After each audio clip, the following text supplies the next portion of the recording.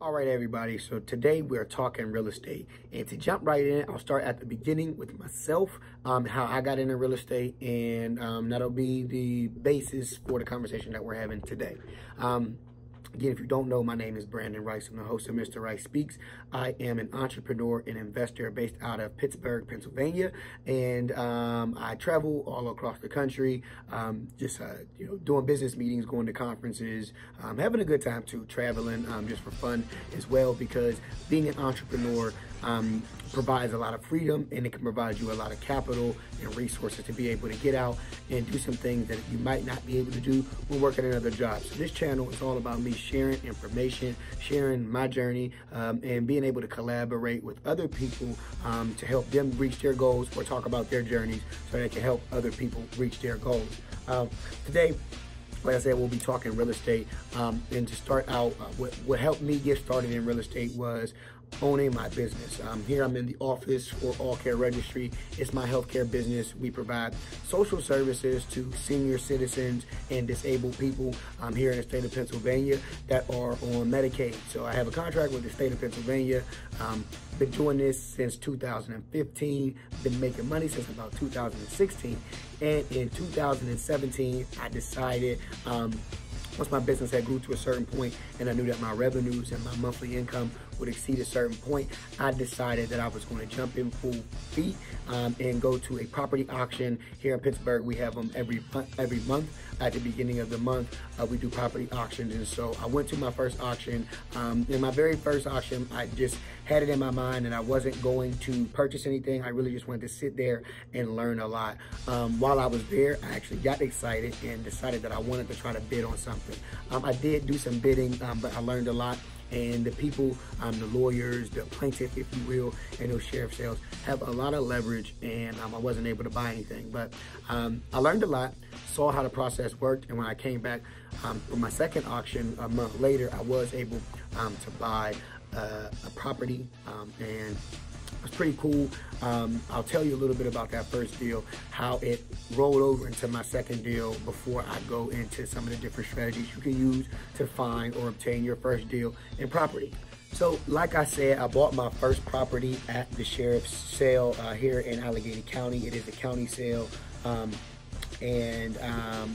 I went to the auction, had it in my mind that I was going to be buying property. I had my checks together because I realized that at the first auction, when you win a bid, you have to put 10% down, and then you have 5 days or 4 days to do your due diligence. You got to come back the following before the end of that week and pay the remaining 90% of your the purchase price of the property. I learned a lot at that first auction. I realized that you had a lot of lawyers, a lot of foreclosure companies, and people representing the close down the property side, and then you always had the property owner, LLC, business owner, tenant, what have you, that would be up against them. In this instance, I really didn't understand the process fully, but the person who was living in that property was actually at the auction and actually saw me win their property at auction. So while I'm there and the bidding process is going on, a lot of these properties, you want to do your due diligence before. If you do your research, they do put out the bid list prior to the actual auction happening a few weeks in advance. And so you do have an opportunity to search your properties, search the areas, find out which properties are in your price range, find out what their after repair values might be, depending on what the repairs are. And so you get an opportunity to do some due diligence. If you're really, really positive about a property, or you got in contact with the owner, maybe you want to do a title search. However, there is no guarantee that the property will actually be sold if no one bids, or the bid doesn't cover the costs or the expenses or the debt that the mortgage company might own, or that the county might own. Then they won't sell the property. It's not in their interest to sell it for less to cover their costs, but that can be all relative to the amount value of the property and what they're actually giving up. For me, I like tax lien sales.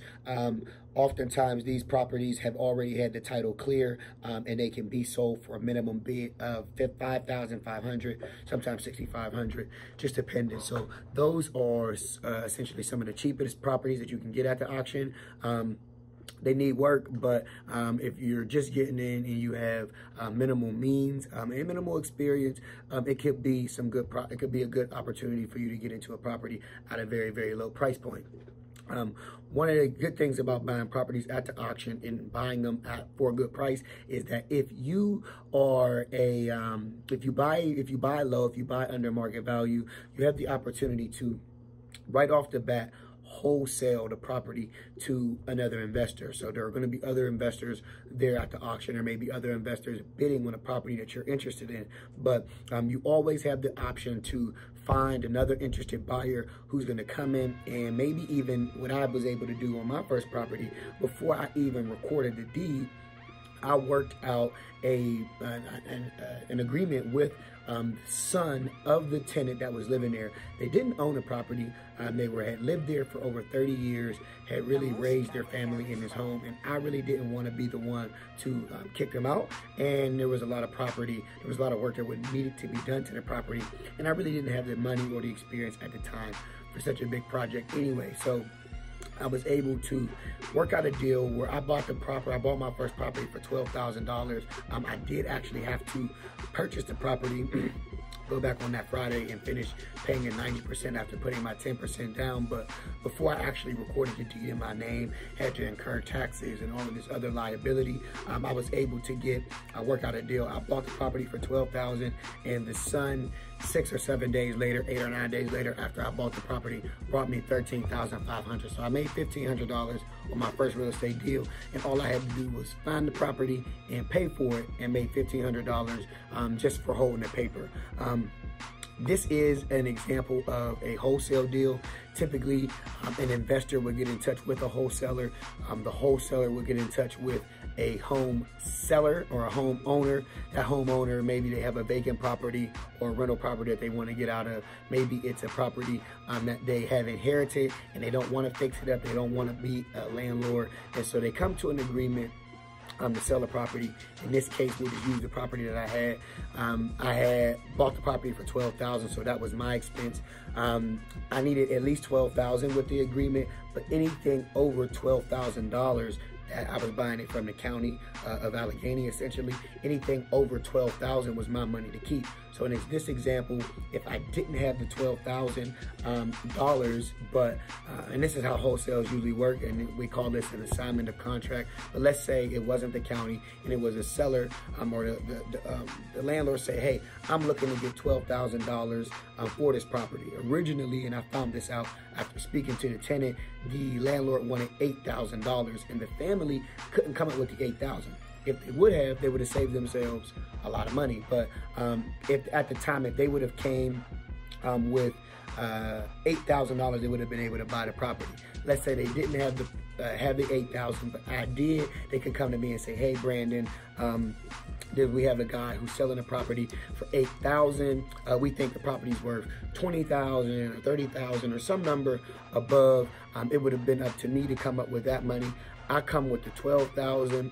If I turn around and find a seller like the family that ended up buying the property, I want to sell them the property for $13,500. I want to sell them the property for $16,000. We would set up a time of closing with a title agent, or it's agreed upon time where the seller, I would have two contracts, one contract with the homeowner and one contract with the end buyer for the property. This person would have a contract for the low amount of $8,000 or $12,000, and I would have an additional contract with this person for a higher amount of, say, $13,000 or $16,000. The difference between those two contracts, the seller, the end user would bring the $12,000 essentially to the buyer. That would cover all of their expenses.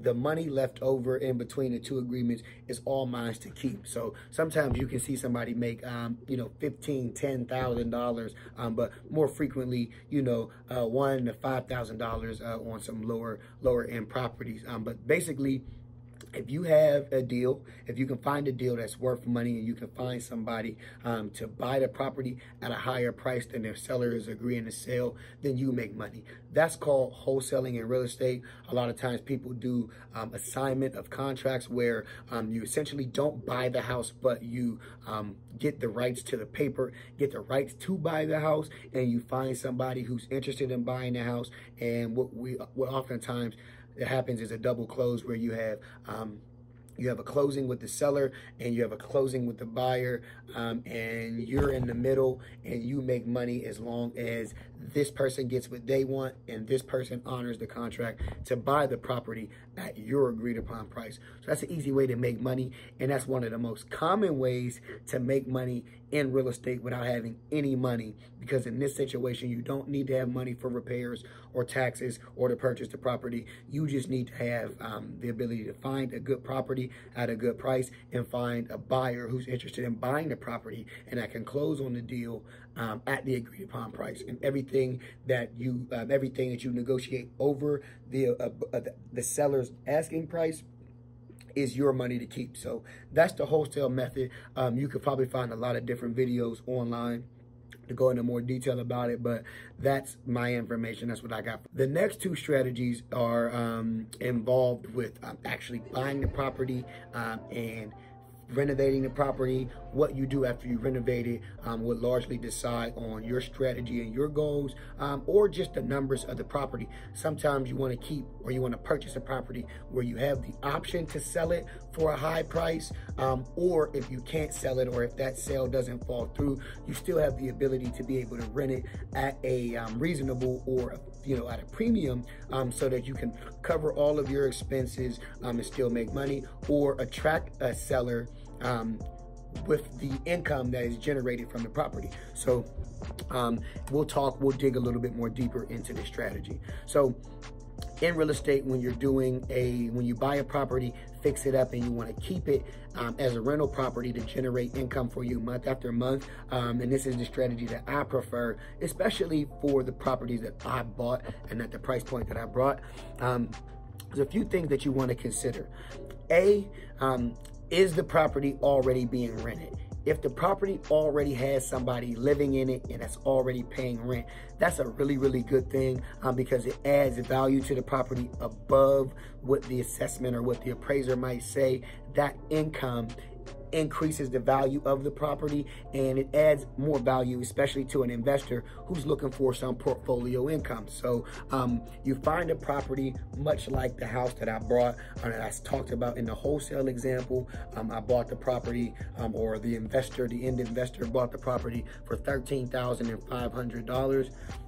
They would need to do their due diligence, find out how much it would cost to fix the property up to make it worth its maximum value, and what we call that is the after repair value. So you find a property and you know what it's being sold for. You as an investor, or you work with an experienced investor, or you work with a contract, and you figure out, after I purchased this property, put all of the money for labor, materials, taxes, any holding costs. If you're buying a property and you're getting a loan and you don't have your own money, there's going to be a mortgage, there's going to be a loan. You're going to want to know what that is. So your principal payment, interest payments, those are called holding costs, or financing costs. Those are just costs that you incur while you're owning a property, fixing it up, servicing your debt, so on and so forth. Those are things that you're going to want to take into consideration. But after your costs, and what this property will be worth, or what the market says you can sell the property for or bring in as a rental, is important, and that's the after repair value. So after I fix it all up, what is it going to be? What is the value going to be worth? Now, these prices can vary, and a lot of investors will tell you this. These prices will vary based on your market, based on your credit, based on the strategy that you use. If you're hiring a high-end contractor doing a high-end renovation, and you have a lot to renovate, you want to be careful there, because if you don't use multiple contractors, or if you don't use a proven reputable contractor, or even if you do, it's going to cost you a lot of money. Or if you don't don't do your due diligence or don't pick the right contractor, it's going to cost you a lot more money. So that's just something that you're going to want to think about. But that comes with experience, or that comes with finding an experienced partner, evaluating and analyzing a property. And if you find a good deal, and it is in fact a good deal, finding financing for that property shouldn't be particularly hard, because real estate investors and lenders and things of that nature are always looking to add money. And even if you're not a good investor, if the property has value in it and they stand to make money whether you screw it up or not, and they can secure or guarantee their loan, they'll continue to do that. So, you know, my strategy is I've bought properties at auction at the lower price point, and at the lower price point, or in the hoods or in the rougher neighborhoods, you'll have a harder time getting financing. Also, you won't have as many buyers, people who are looking to buy the home to live in it, or looking to pay top dollar for a home in that area. So you want to be careful on those properties. If after you buy a property and fix it up, the value is only going to be maybe 50 or 60,000, you may want to consider this as a rental property, because a lot of times you'll have a hard time, or people will have a hard time getting a mortgage on a house that's only $60,000. Once you start getting up into $80,000, $90,000, $100,000, $120,000, you have a lot more people that are first-time home buyers that are looking to buy these homes and stay there for a long time, and therefore it's more attractive for a property that has numbers that you know show this. Those properties are better for fixing and flipping versus fixing and holding. But if you're buying a property that's in a bad neighborhood or in a rough neighborhood, or the value won't be, you know, closer to 100,000, you may want to consider buying this property and renting it out. Now, when you're renting it out, and I'll do an additional video on buying and renting versus buying and flipping, or buying and selling, which are different strategies, but can have, you know, just different ups and downs. And like I said, depending on what market you live in will determine if that's the right strategy for you. Also, your goals will determine if it's the right strategy for you. So those are things to keep in mind. But things like holding costs, closing costs, so on and so forth, will vary based on the deal and based on the investor, because we all have different strategies, different methods that we use.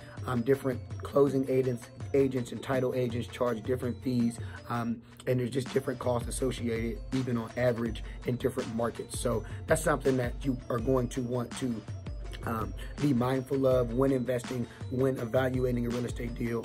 Knowing some of those costs, or being able to find the most realistic method for finding those numbers, is going to help you go a long way in investing in real estate. So those are important things to know. We talked about wholesaling, we talked about buying and holding, buying and flipping, or buying and selling. And for today's video, that's all I really have. I'm going to do 3 separate videos over the next few weeks, talking about each individual strategy a little bit more in depth, why I prefer it, why I don't prefer it, and maybe even giving some recommendations on where you might be able to find information and or resources to help you further develop, further research these real estate investing strategies. I hope that this video was insightful. You know, I really just responded to the positive feedback that I got sharing on my social media platforms, my stories. People liked them, and so I decided that I would get on and talk a little bit more in depth about real estate. So I hope this video really touched you. I hope you were able to take something from it. I hope that you like this video, share it, and leave a comment. Tell me if you think about investing in real estate. Tell me what area you live in, and hopefully I can, you know, maybe even DM you or email you, and we can talk about real estate some more. Please take advantage of me while I'm available to you, while I'm interested, and while I'm able to really answer questions and interact like this. One day my business, my healthcare business is going to grow. My real estate business is going to grow. I'm going to be doing bigger deals. My media business will even grow. So I won't be able to record these videos. It won't be as intimate, and I won't be as available as I am now. But please take advantage of me while you can, because it's going to cost you in the future. You know, I love you all. Thanks to everybody who watched this video. Thanks to everybody who's been supporting me since the very beginning. I hope that you can tell that our videos have gotten better. I've tried to get better at delivering my message, try to get better at editing, try to get better at having my setting and everything around, and just be consistent on my message and on, you know, being able to post things up for you guys. Hope that it all was, you know, worth it for you guys. Hope that you didn't feel like you wasted your time. Share this video, like, subscribe to the channel. Again, my name is Brandon Rice. I am host of Mr. Rice Speaks. Thank you guys for tuning in. Be blessed and come back next time.